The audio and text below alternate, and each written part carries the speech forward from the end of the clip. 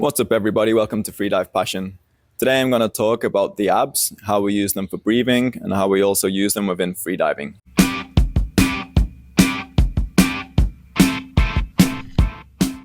This topic is important because as freedivers, we need total control of the respiratory system and muscles. We need this in order to adapt to depth as we dive.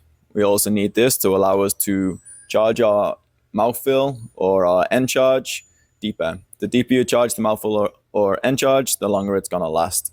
Here at Freedive Passion, we draw attention to the details which make the difference in your diving. We offer coaching, training, and autonomous training, and we're here all summer in La Ventana, Baja. If you want to take your diving to the next level, then come see us. So just to show you how we use the abs, I'm going to do a passive exhalation. This means the lungs reach their FRC, their neutral size. In order to breathe more air out of the lungs, we then need to start to contract the abs and the internal intercostal muscles. So you'll see now I'm having to push hard in order to get the air out.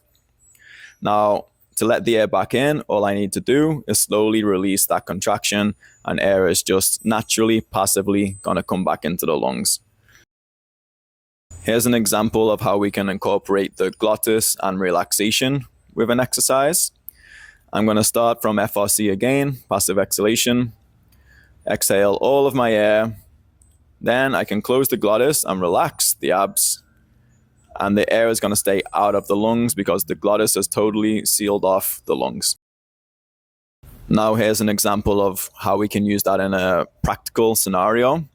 I'm going to breathe out until FRC again. I'm going to charge my mouthfeel. You can see that requires the exact same contraction of the respiratory muscles. Then I can keep the glottis closed. I'm holding the air in the mouthfeel and able to relax the abs.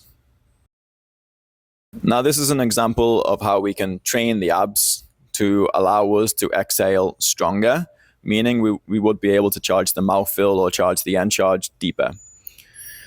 So the nice thing about the bubbler is we need to create a certain amount of pressure in order to lose bubbles out of the bottom. If we create less pressure than that, the bubbles won't come out. So we have like a reference for how hard we're pushing. You can use other tools, even a small straw, and exhale through a straw. This is going to create some resistance, but you can get lazy with it. Knowing that we're creating that exact amount of pressure because we're losing bubbles means we're training in more of a systematic, controllable way.